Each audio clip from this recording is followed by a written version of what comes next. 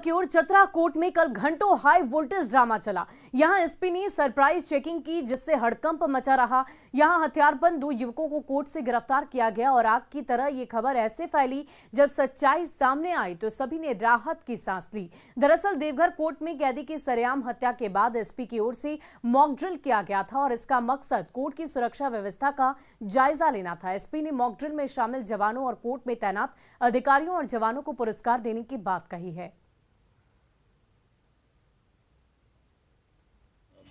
हम लोग का स्तर से किया जा रहा था और इसमें कोर्ट सुरक्षा को हम लोग चेक कर रहे थे कि कोर्ट सुरक्षा में जो पदाधिकारी एवं जो जवान मुस्तैद हैं वो कितने अलर्ट हैं और कितना वो लोग अपनी ड्यूटी को सेंसिटिविटी के साथ कर रहे हैं। और एक अच्छी बात ये पाई गई कि उन लोगों के 2 लड़कों को हम लोगों ने भेजा था नकली हथियार के साथ।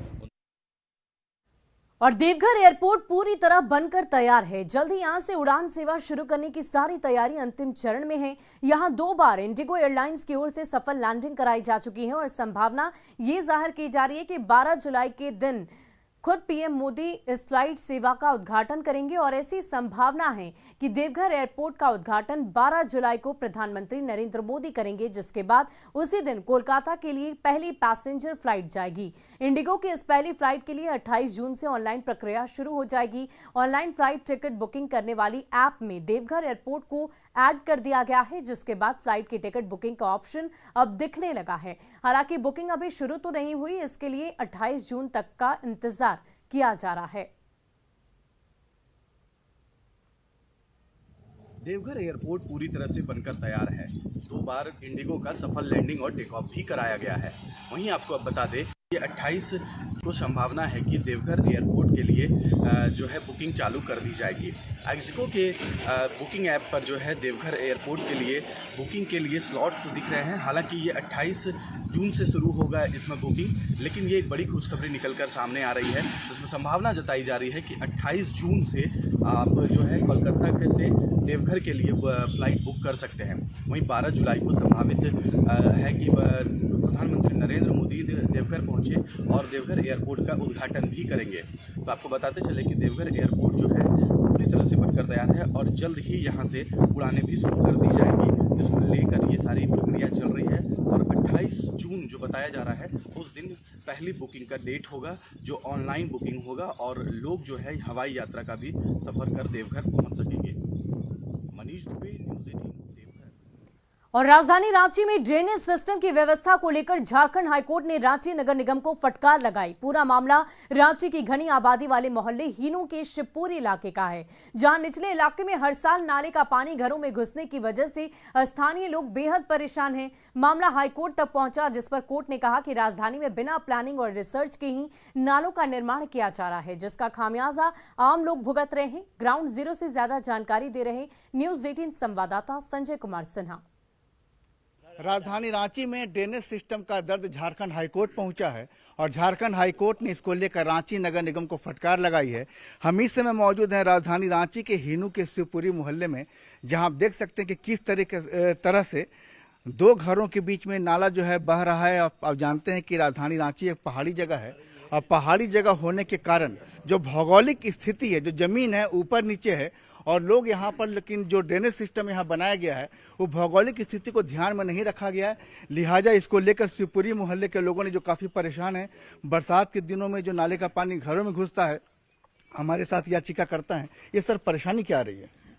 परेशानी यही है कि मच्छर, जानवर, सांप बिच्छे, पानी, घर, बाढ़, अभाव के सारे अथाह कथा व्यवस्था में हम लोग जी रहे हैं। अपना घर दे दिए हैं, जमीन दे दी है, मकान बना लिए हैं, लेकिन नाली की व्यवस्था नहीं है। और नाली हमारे लिए रोजमर्रा की ज़िंदगी में प्रतिवर्ष प्रतिदिन कष्ट में डालता है और इसके सहारे प्राकृतिक और अप्राकृतिक जीव जंतु, चोर चौहार, लंपट, बाढ़, अभाव सब गुजरते हैं। अजी देख रहे हैं सर, घनी आबादी वाला मोहल्ला है, लोग घरों के अंदर से जो है नाला गुजरा है, नाला ढका हुआ है, तो क्या पानी घर में आता है? एकदम आता है। साल में कम से कम बरसात में 10 बार पानी घर में घुस जाता है। और क्या समस्या आ रही है? यहाँ बगल में जैसे नाली के इधर बगल में हम लोग रहते हैं, यही नाली है जो कि ये पूरी लाइन से पूरा ड्रेनेज यहीं से होती है। पूरी गंदगी नाली में बदबू आती है, बगल में मच्छर आते हैं, बच्चे लोग का तबीयत खराब होता है मच्छर काटने से, सांप बिच्छू सब आते हैं वहाँ पर, तो इसलिए सफाई। कभी आप लोगों ने इसको लेकर कोई आवेदन दिया कि हाँ ऐसी परेशानी हो रही है? 1-2 बार दिए हैं हम लोग, दिए थे लेकिन कुछ नहीं सुनाई हुई। अभी तो कोई सुनवाई नहीं हुई, तो क्या उम्मीद है कि अब कुछ होगा मामला कोर्ट में? उम्मीद है कि कुछ मॉडर्न टेक्निक से लोग इस म्युनिसिपल कॉर्पोरेशन इस पर विचार करेगी और सिस्टम को दुरुस्त करेगी, यही उम्मीद है। मच्छर से लोग इतने परेशान हैं, बुजुर्ग लोग रहते हैं, बच्चे रहते हैं, लेकिन कभी भी कोई क्लीनिंग सिस्टम प्रॉपरली वर्क नहीं करता। और यहाँ से चूंकि ये निचला इलाका है, तमाम नदी का पानी इसी नाले में आ जाता है और नाले में आने की वजह से बरसात के दिनों में खासी मुश्किलें आती है, पानी घरों में घुसता है। लिहाजा जब नगर निगम ने कोई एक्शन नहीं लिया और कोई परेशानी की जहमत को उठाना जरूरी नहीं समझा, तब लोगों ने सीधे न्यायालय में गए, हाईकोर्ट की शरण में गए। अब हाईकोर्ट का साफ निर्देश है कि जल्द ही जल्द इस पर आप कुछ कार्रवाई करें, काम करें, जमीन पर वो काम दिखना चाहिए ताकि लोगों को परेशानी से निजात मिल सके। कैमरामैन अमित के साथ संजय कुमार सिन्हा, न्यूज़ 18 रांची। वहीं बोकारो में दहेज हत्या के आरोपियों को कोर्ट ने 20-20 साल सश्रम कारावास की सजा सुनाई। आरोपियों में पति, ससुर और सास शामिल हैं, जिन पर दहेज नहीं देने पर विवाहिता की गला दबाकर हत्या का आरोप लगा था।